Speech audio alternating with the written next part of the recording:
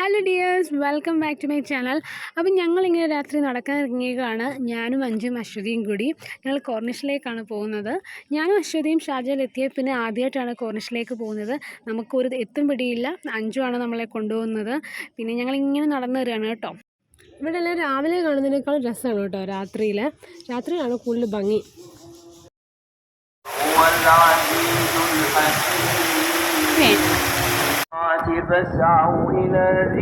അപ്പോൾ ഇതാണ് guys Corniche. നമുക്കിവിടെ നടക്കാൻ പറ്റും. അങ്ങനെ അറ്റം വരെ വേണമെങ്കിലും നടക്കാം. അപ്പം ഞങ്ങളിവിടെ നടക്കാൻ പോവാണ് ഗൈസ്. അപ്പോൾ ഇതാണ് അഞ്ജു. ഇവളാണ് ഇങ്ങനെ എക്സ്പ്ലെയിൻ ചെയ്തുകൊണ്ടിരിക്കുകയാണ് ഇവിടുത്തെ കാര്യങ്ങളൊക്കെ. ഹായ് ഒക്കെ പറയുന്നുണ്ട്. തൊട്ടപ്പുറത്ത് നിൽക്കുന്നതാണ് അശ്വതി.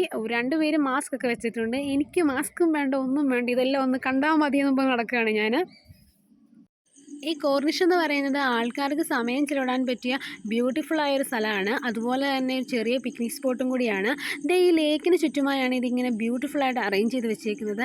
ഈ ലേക്കിൻ്റെ പേര് ഖാലിദ് ലേക്ക് എന്നാണ്. ഞങ്ങളിതെല്ലാം കണ്ടു പോവാണ് guys. Each and every corner well പ്ലാൻഡായിട്ട് അറേഞ്ച് ചെയ്ത് വെച്ചേക്കാണ്. അതായത് ഒരു ലേക്കിന് പറ്റി അത്ര ബ്യൂട്ടിഫുള്ളായിട്ടാണ് അവരെല്ലാം മെയിൻറ്റെയിൻ ചെയ്തേക്കുന്നത്. അതിനിടയ്ക്ക് ഈന്തപ്പനകൾ സംരക്ഷിക്കുന്നത് അത് ഭയങ്കര അതിശയം തോന്നും നമുക്ക്. ഒരു ഈന്തപ്പന തോട്ടം തന്നെയുണ്ട് ഇവിടെ.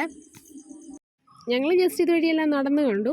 ശരിക്കും പറഞ്ഞാൽ ഇപ്പോൾ മനസ്സ് ഡൗൺ ആയിട്ടിരിക്കുന്ന ഒരാൾ ഇതുവഴിയൊക്കെ ഒറ്റയ്ക്കാണെങ്കിലും ശരി നടക്കുകയാണെങ്കിൽ മൈൻഡൊക്കെ ഭയങ്കര റിലാക്സ്ഡ് ആവും. അപ്പോൾ ഇതൊക്കെയാണ് നമ്മളുടെ ബുഹൈറ കോർണിഷ്.